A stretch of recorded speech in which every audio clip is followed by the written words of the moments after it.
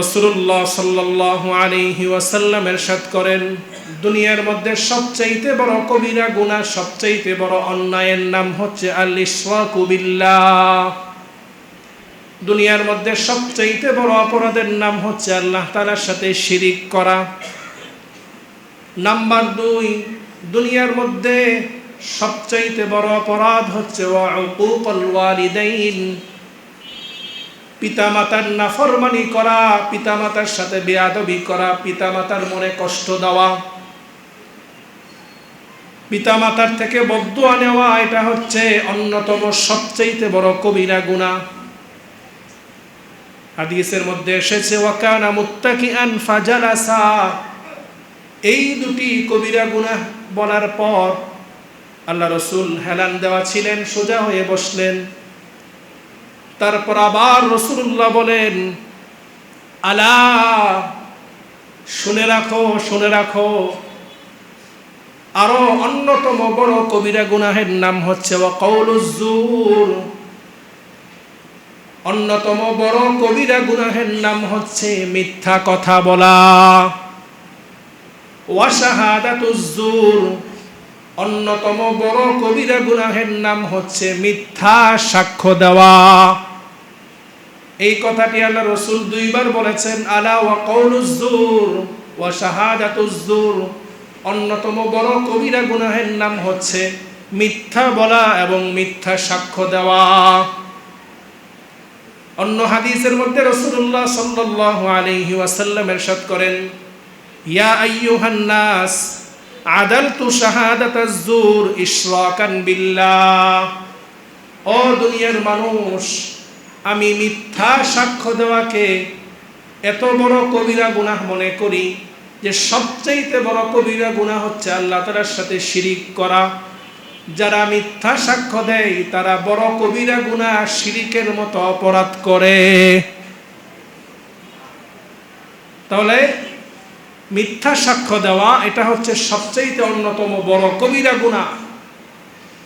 সুতরাং আমরা যারা ভোট দিব, ভোট দেওয়ার 1 নাম্বার অর্থ হচ্ছে আমি সাক্ষ্য দিচ্ছি যে এই মানুষটা সৎ, আমি সাক্ষ্য দিচ্ছি এই মানুষটা যোগ্য মানুষ, সে আমাদের অত্র এলাকা থেকে সে যোগ্য হিসাবে একজন নেতা হবেন। সেটা আমি যখন সাক্ষ্য দিলাম, আমার সাক্ষ্যটা যেন সঠিক সাক্ষ্য হয়, মিথ্যা সাক্ষ্য যেন না হয়। ভোটের আরেকটি অর্থ হচ্ছে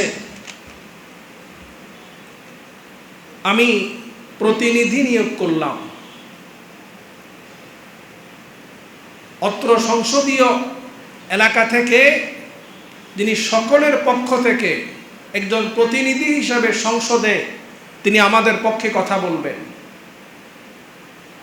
যে আমি যদি প্রতিনিধি নিয়োগ করার সময় আমি যদি যোগ্য মানুষকে প্রতিনিধি নিযুক্ত না করি, প্রতিনিধি নিযুক্ত করার সময় আমি যদি স্বজনপ্রীতি করি, আমি যদি দলপ্রীতি করি, বালাগাল উলা বিকামালিহি কাশাফাদ দুজা বিজামালিহি হাসানাত জামিউ খিসালিহি সাল্লু আলাইহি লা ইলাহা ইল্লাল্লাহ, লা ইলাহা ইল্লাল্লাহ, লা ইলাহা ইল্লাল্লাহ, লা ইলাহা ইল্লাল্লাহ, জোরে লা ইলাহা ইল্লাল্লাহ, লা ইলাহা ইল্লাল্লাহ, লা ইলাহা লা ইলাহা ইল্লাল্লাহ মুহাম্মাদুর রাসূলুল্লাহ সাল্লাল্লাহু আলাইহি ওয়াসাল্লাম। সুবহানাকা লা ইলমা লানা ইল্লা মা আল্লামতানা ইন্নাকা আনতাল আলিমুল হাকীম। ربي زدني علما رب اشرح لي صدري ويسر لي أمري واحلل عقدة من لساني يفقهوا قولي اللهم صل على محمد وأنزله المقعد المقرب عندك يوم القيامة اللهم صل على محمد وعلى آل محمد كما صليت على إبراهيم وعلى آل إبراهيم إنك حميد مجيد اللهم بارك على محمد وعلى آل محمد كما باركت على إبراهيم وعلى آل إبراهيم إنك حميد مجيد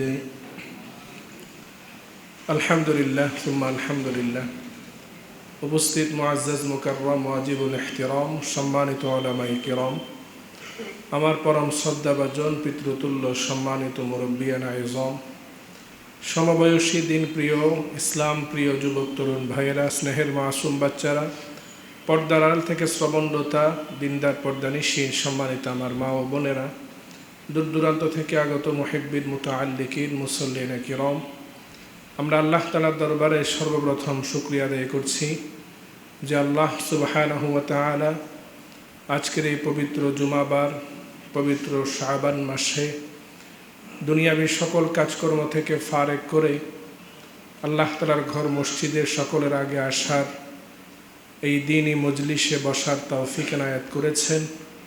আমরা অন্তরের অন্তঃস্থল থেকে হৃদয়ের গভীর থেকে উচ্চ স্বরে মুহাব্বতের সাথে কালিমাতুশ শুকর করছি, সকলে বলি আলহামদুলিল্লাহ। অসংখ্য অগণিত দরুদ এবং সালামের হাদিয়া পেশ করছি দু জাহানের বাদশাহ রাহমাতুল লিল আলামিন জনাবে মুহাম্মদুর রাসূলুল্লাহ সাল্লাল্লাহু আলাইহি ওয়াসাল্লামের প্রতি। পবিত্র শাবান মাস রমাদানুল মুবারক খুব সন্নিকটে, পাশাপাশি আমাদের রাষ্ট্রে আগামী 12 তারিখ ত্রয়োদশ সংসদ নির্বাচন। একদিকে যেমনিভাবে ইবাদতের মৌসুম, ঠিক তেমনিভাবে রাষ্ট্রের নাগরিক হিসাবে সামনে যেহেতু আমাদের নির্বাচন, সেখানে আমরা আমাদের ভোটাধিকার প্রয়োগ করব।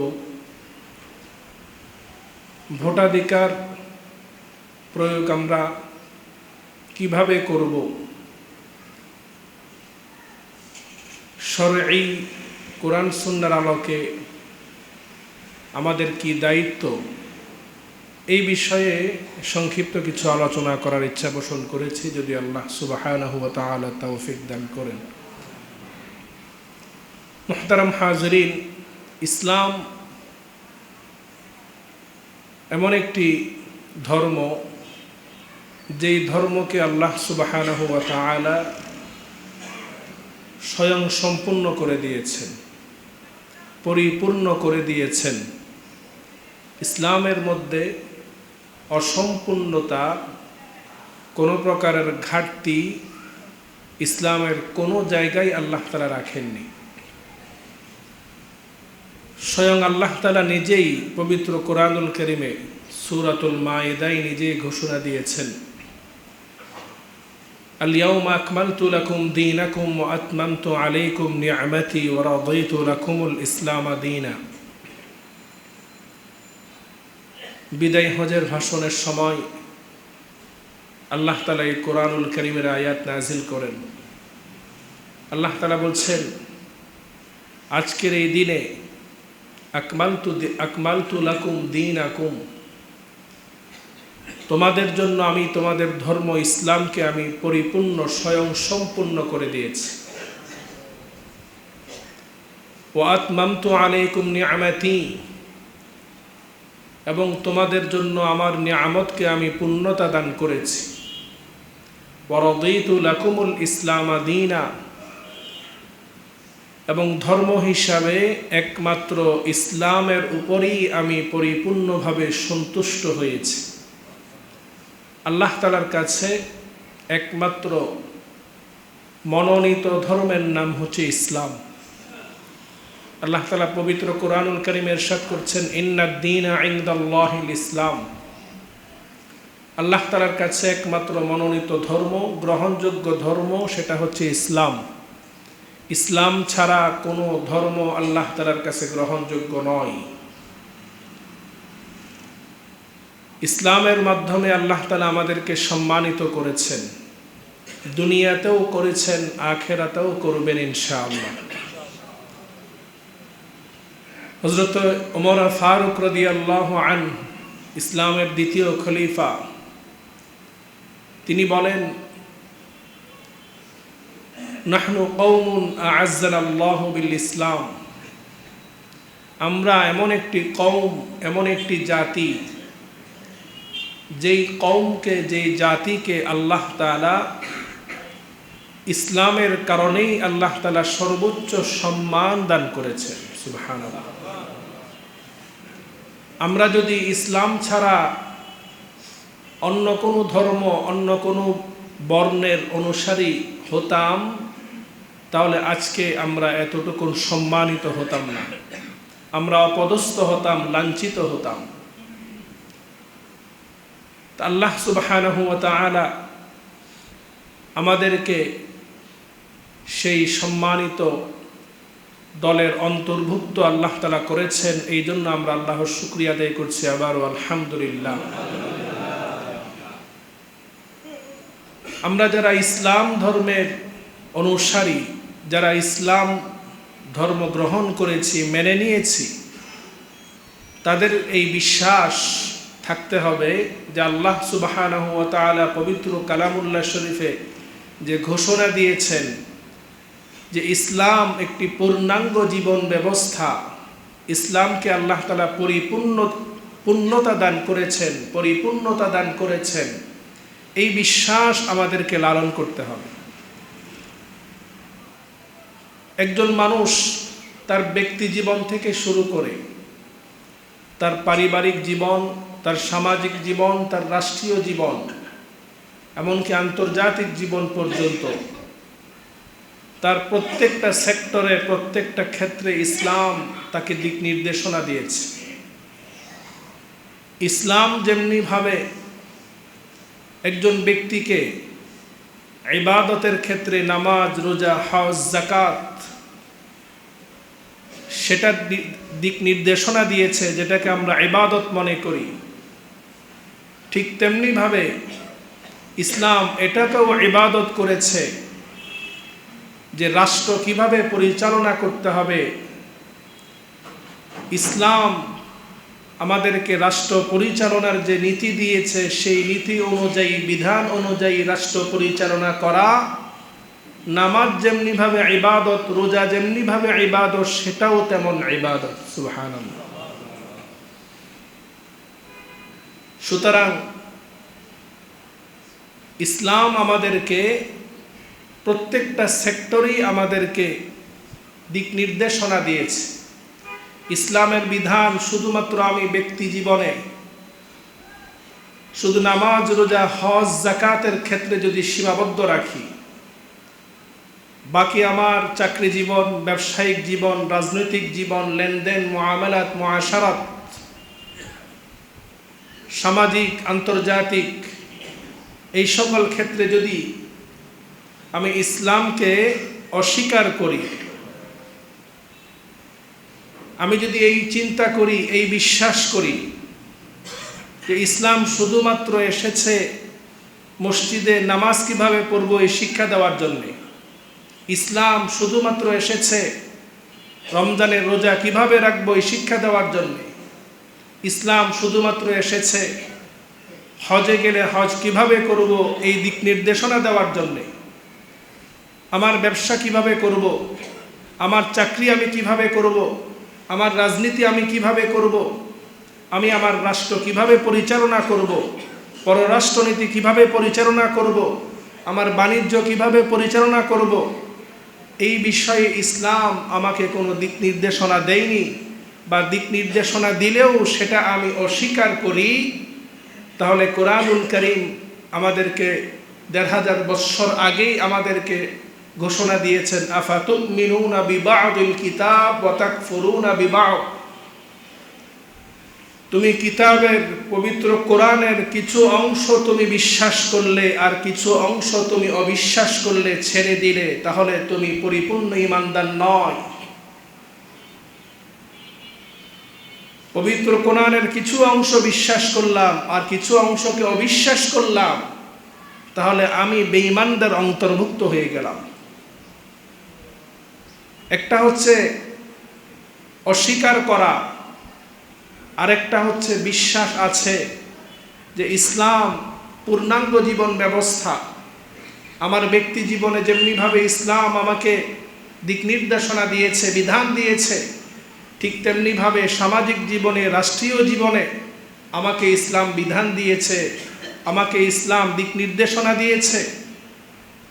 এই বিশ্বাস থাকার পর সেটা পরিস্থিতির কারণে, সেটা নিজের গাফলতির কারণে, সেটা নফসের ধোঁকার কারণে, কারোর ভয়ভীতির কারণে আমি সেটা মানতে পারছি না, আমি সেটা ফলো করতে পারছি না, সেটার জন্য আল্লাহ তাআলার কাছে আমাদেরকে লজ্জিত থাকতে হবে।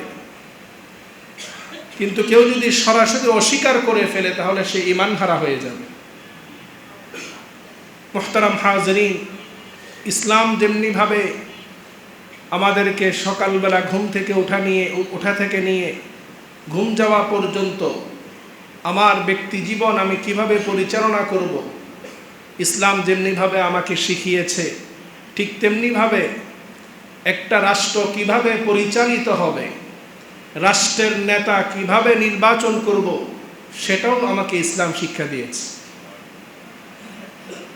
রাসূল আকরাম সাল্লাল্লাহু আলাইহি ওয়াসাল্লাম মদিনায় তিনি ইসলামী রাষ্ট্র কায়েম করেন। রাসূল আকরাম সাল্লাল্লাহু আলাইহি ওয়াসাল্লাম যতদিন জীবিত ছিলেন, তিনি রাষ্ট্রপ্রধান ছিলেন। আল্লাহ রাসূলের ইন্তেকালের পরে খেলাফা শুরু হয়। সর্বপ্রথম খলিফা হচ্ছেন হযরত আবু বকর রাদিয়াল্লাহু আনহু। ইসলামে যে 4 জন খলিফা, হযরত আবু বকর, হযরত ওমর, হযরত উসমান এবং হযরত আলী রাদিয়াল্লাহু আনহুম, এই 4 জন যে খলিফা নির্বাচিত হয়েছেন, তাদের সেই নির্বাচন পদ্ধতি কেমন ছিল? হযরত আবু বকর রাদিয়াল্লাহু আনহু তিনি নির্বাচিত হয়েছেন সরাসরি রাসূলুল্লাহ সাল্লাল্লাহু আলাইহি ওয়াসাল্লামের ইশারার মাধ্যমে। রাসূল আকরাম সাল্লাল্লাহু আলাইহি ওয়াসাল্লাম যখন প্রচণ্ড পরিমাণ অসুস্থ ছিলেন, শেষ সময় আল্লাহ রাসূল ইমামতি করার মতো সেই শক্তি ছিল না, তখন রাসূলুল্লাহ হযরত আবু বকর রাদিয়াল্লাহু আনহুকে আদেশ দিলেন নামাজের ইমামতি করার জন্য।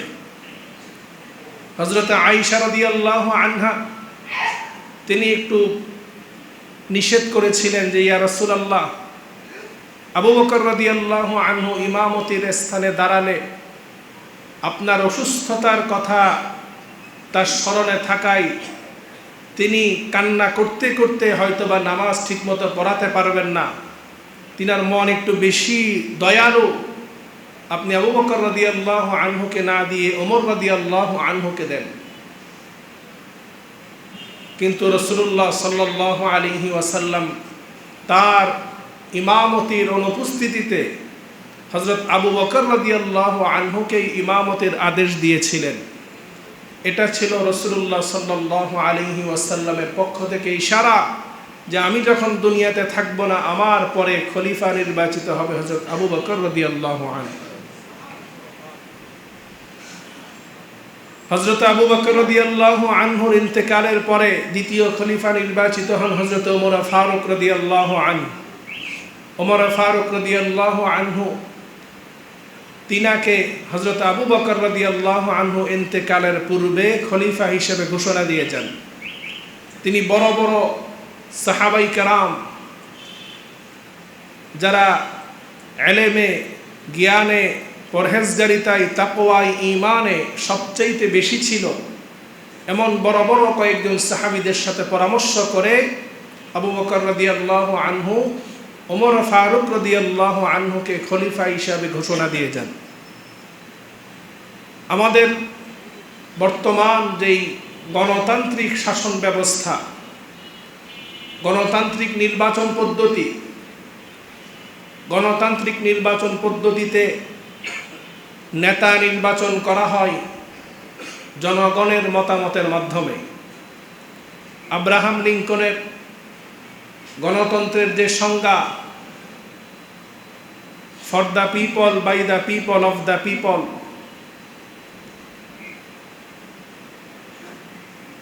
সেখানে সকল জনগণের মতামত সমান হয়। যিনি সৎ তিনি যাকে ভোট দিবেন তার ভোটটার যে মর্যাদা, যিনি অসৎ তার ভোটেরও ঠিক তেমন মর্যাদা।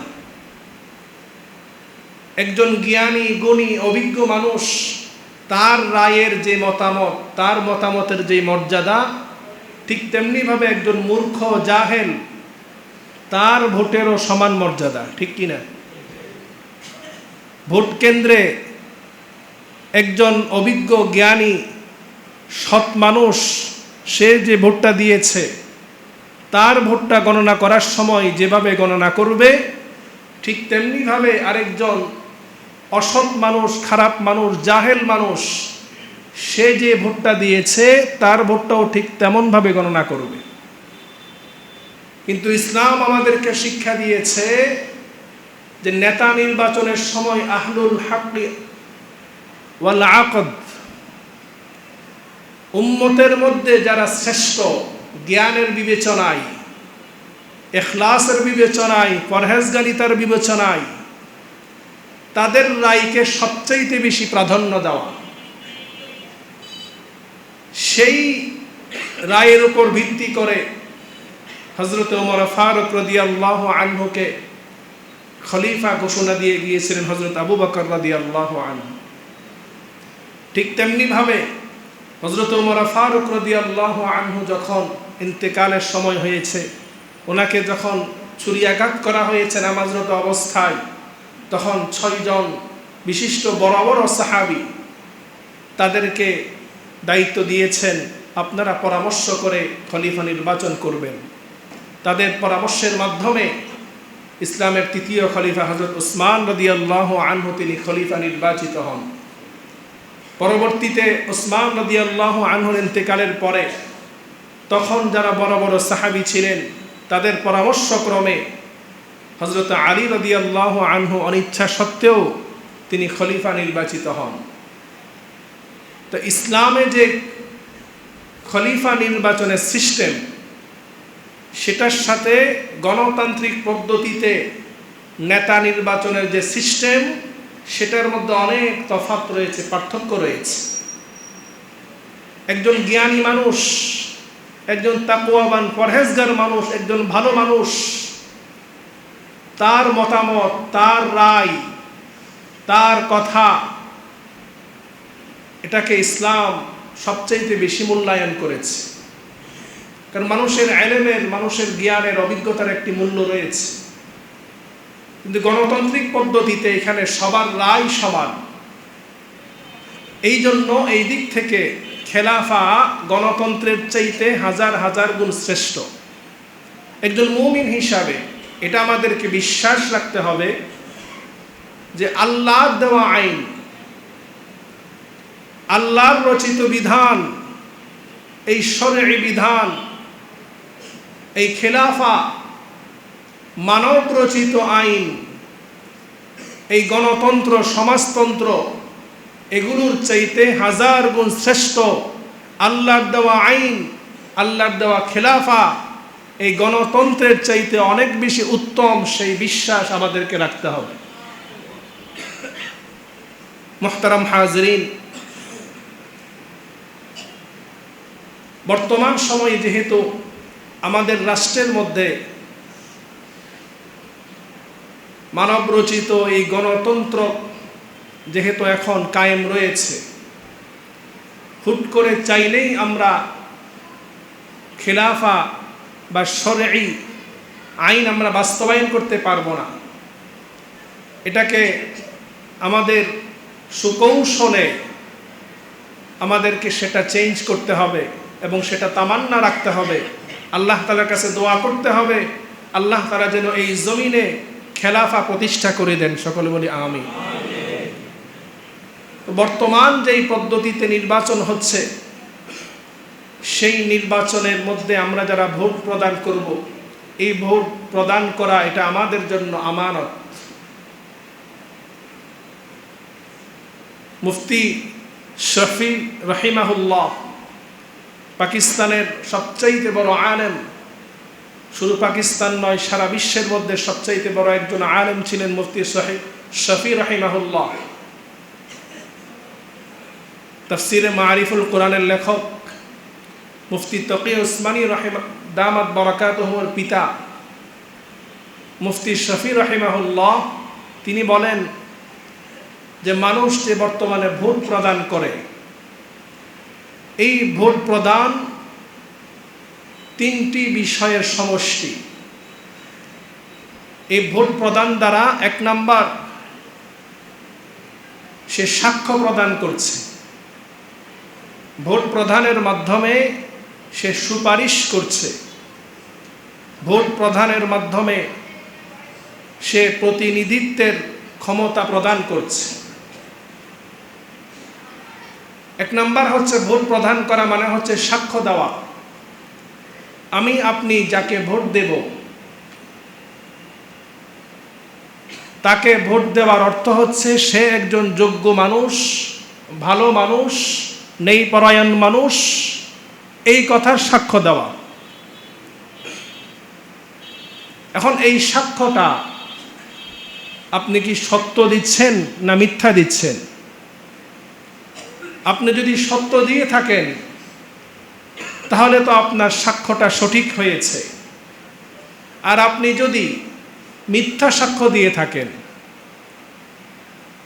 একজন ভালো মানুষকে, সৎ মানুষকে, যোগ্য মানুষকে আপনি ভোট না দিয়ে একজন অসৎ, একজন দেশ বিরোধী, ইসলাম বিরোধী খারাপ মানুষকে যদি আপনি ভোট দিয়ে থাকেন তাহলে আপনি মিথ্যা সাক্ষ্য দিলেন।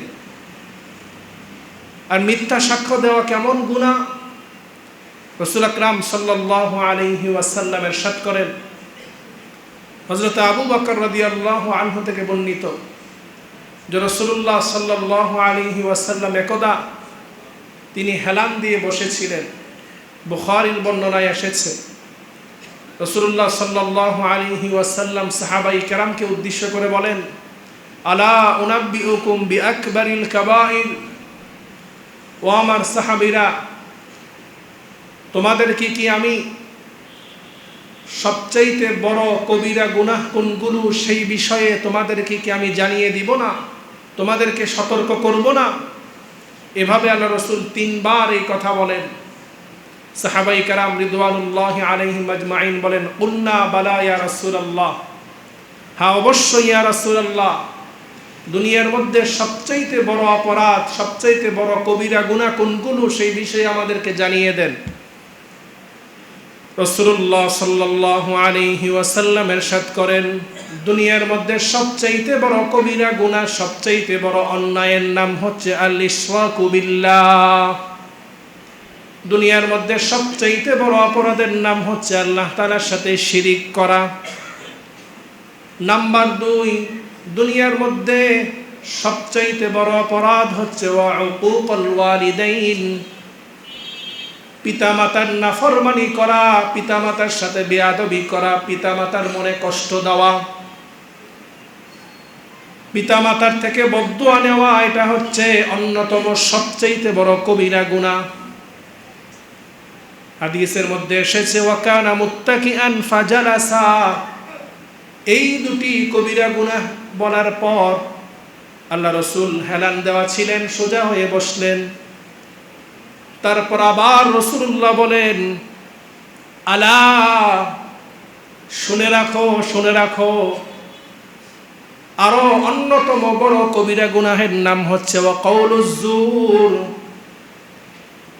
অন্যতম বড় কবিরা গুনাহের নাম হচ্ছে মিথ্যা কথা বলা। ওয়া শাহাদাতুজ জুর, অন্যতম বড় কবিরা গুনাহের নাম হচ্ছে মিথ্যা সাক্ষ্য দেওয়া। এই কথাটি আল্লাহ রাসূল দুইবার বলেছেন, আলা ওয়া কাউলুজ জুর ওয়া শাহাদাতুজ জুর। অন্যতম বড় কবিরা গুনাহের নাম হচ্ছে মিথ্যা বলা এবং মিথ্যা সাক্ষ্য দেওয়া। অন্য হাদিসের মধ্যে রাসূলুল্লাহ সাল্লাল্লাহু আলাইহি ওয়াসাল্লাম ইরশাদ করেন, ইয়া আইয়ুহান নাস আদালতু শাহাদাতাজ জুর ইশরাকান বিল্লাহ। ও দুনিয়ার মানুষ, আমি মিথ্যা সাক্ষ্য দেওয়াকে এত বড় কবিরা গুনাহ মনে করি যে সবচেয়ে বড় কবিরা গুনাহ হচ্ছে আল্লাহ তাআলার সাথে শিরিক করা। যারা মিথ্যা সাক্ষ্য দেয় তারা বড় কবিরা গুনাহ শিরিকের মতো অপরাধ করে। তাহলে মিথ্যা সাক্ষ্য দেওয়া এটা হচ্ছে সবচেয়ে অন্যতম বড় কবিরা গুনাহ।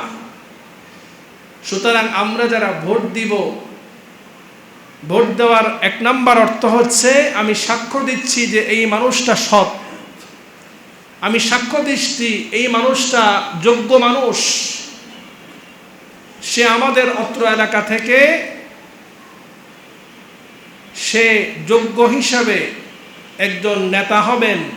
সেটা আমি যখন সাক্ষ্য দিলাম, আমার সাক্ষ্যটা যেন সঠিক সাক্ষ্য হয়, মিথ্যা সাক্ষ্য যেন না হয়।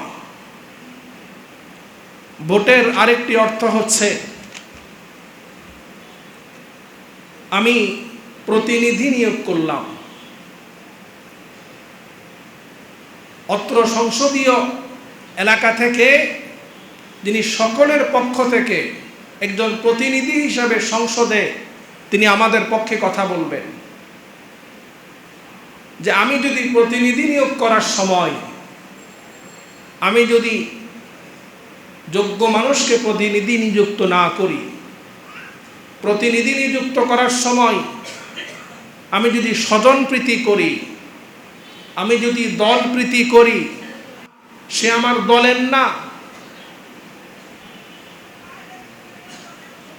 দল হওয়ার কারণে, আত্মীয় হওয়ার কারণে একজন অযোগ্য অসৎ মানুষকে আমি যদি সাক্ষ্য দিলাম, আমি তাকে প্রতিনিধি নিয়োগ করলাম, তাহলে সেটা আমি আমানতের খেয়ানত করলাম। হযরত ওমর ফারুক রাদিয়াল্লাহু আনহু তিনি বলেন, মান ইসতা'মালা রাজুলান লিমুওয়াদ্দাতিন আও লিকরাবাতিন, কোন মানুষ আত্মীয়তার কারণে, স্বজনপ্রীতির কারণে কোন মানুষকে সে কর্মকর্তা নিযুক্ত করলো, প্রতিনিধি নিযুক্ত করলো, যোগ্য মানুষকে করলো না যোগ্য মানুষ থাকা সত্ত্বেও, ওমর ফারুক রাদিয়াল্লাহু আনহু বলেন, ফাকাদ খানাল্লাহ ওয়া রাসূলা ওয়াল মুমিনিন, ওই ব্যক্তি আল্লাহ এবং আল্লাহর রাসূল এবং মুমিনদের সাথে সে খেয়ানত করল। ভোট প্রদান করার আরেকটি অর্থ হচ্ছে সুপারিশ করা। আমি যাকে ভোট দিচ্ছি তার পক্ষে আমি সুপারিশ করছি যে এই মানুষটি আমাদের পক্ষ হয়ে তিনি ভালো কাজ করবেন, সে একজন ভালো মানুষ, সৎ মানুষ, যোগ্য মানুষ, সেই সুপারিশ আমি করছি। আপনি যখন কোনো ভালো সুপারিশ করবেন তখন সেই ভালোর সওয়াব আপনি পাবেন। আবার ঠিক তেমনিভাবে আপনি যদি কোনো খারাপ সুপারিশ করেন, অন্যায় সুপারিশ করেন, সেই অন্যায়ের গুনাহের ফলও আপনি পাবেন।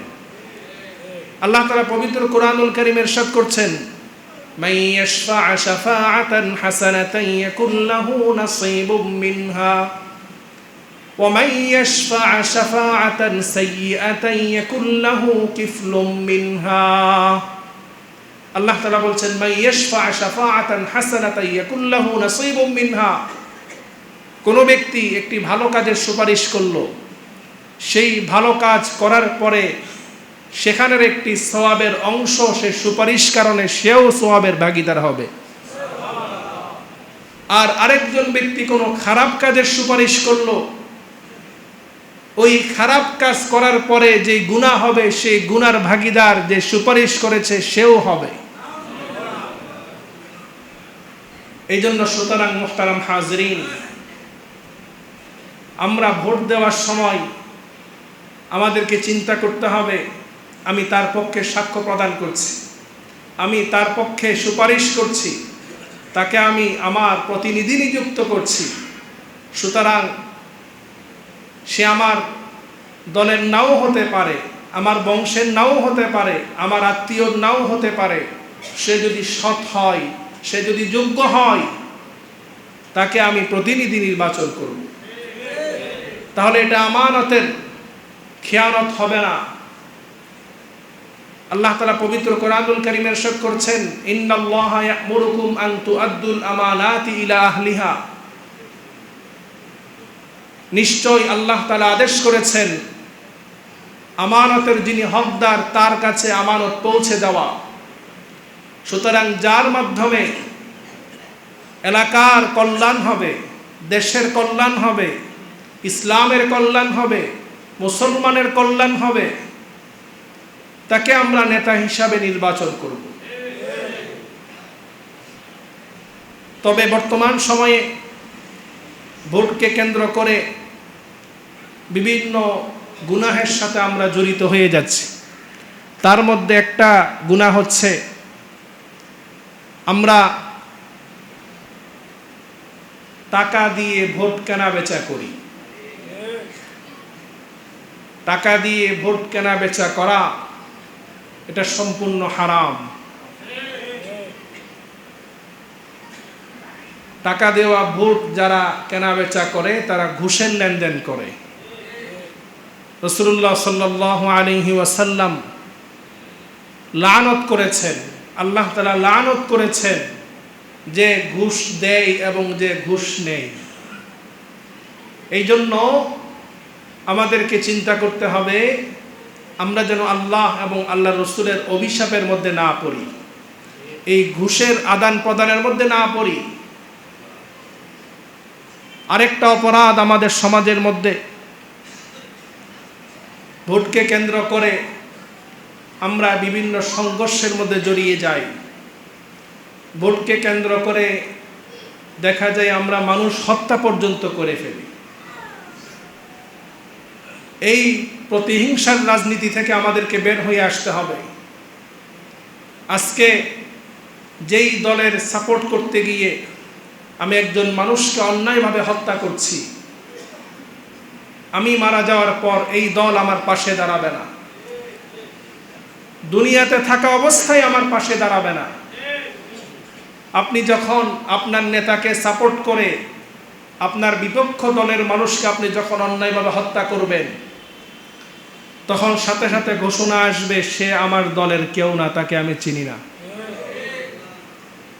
সুতরাং কিয়ামতের ময়দানে তো প্রশ্নই আসে না সে আপনার পক্ষে কথা বলবে।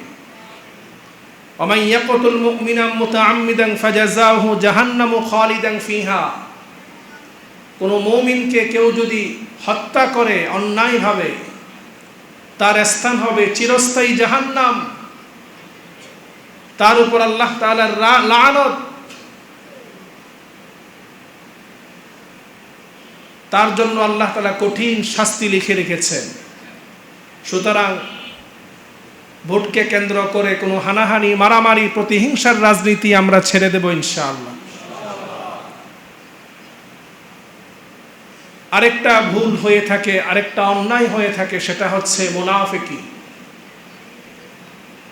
ভোটের আগে লেবাস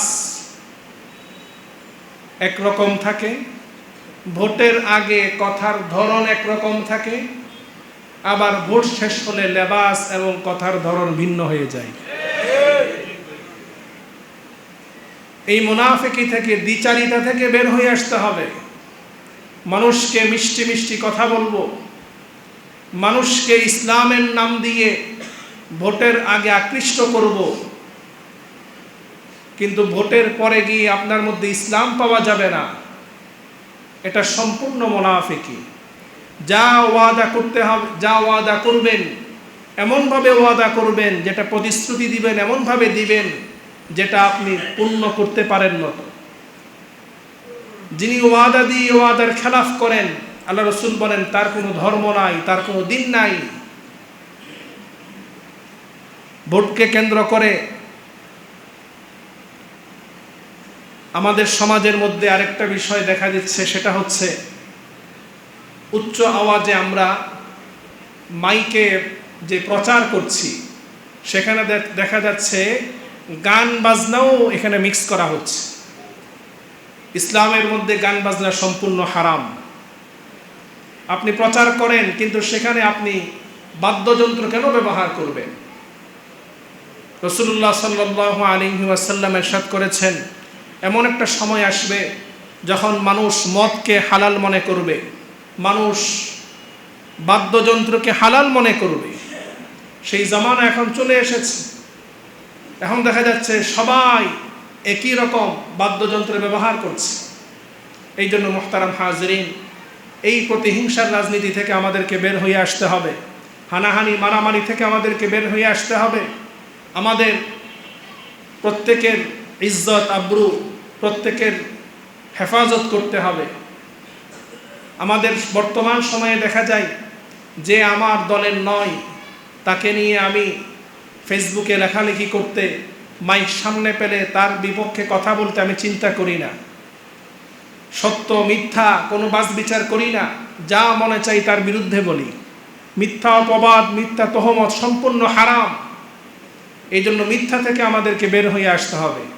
মুহতারাম হাজরিন, আল্লাহ সুবহানাহু ওয়া তাআলা আগামী যে ত্রয়োদশ সংসদ নির্বাচন, আগামী 12 তারিখ, আল্লাহ তাআলা যেন আমাদের দেশকে সকল প্রকারের হানাহানি মারামারি ফিতনা ফাসাদ মুক্ত রেখে একটি সুন্দর একটি নির্বাচন করার তৌফিক আল্লাহ তাআলা যেন দান করেন। এবং সর্বোপরি আমাদের প্রত্যেকের আশা তামান্না যে এই দেশের মধ্যে, এই জমিনের মধ্যে ইনশাআল্লাহ একদিন আমরা আল্লাহ তাআলার আইন শরিয়া খেলাফা আমরা বাস্তবায়ন করব ইনশাআল্লাহ। এবং খেলাফা শরিয়া আইনের পক্ষে সরাসরি আমরা কথা বলবো। আল্লাহ তাআলা আমাদের সকলকে তৌফিক দান করুন। ওয়া আখিরু দাওয়ানা আলহামদুলিল্লাহি রাব্বিল আলামিন।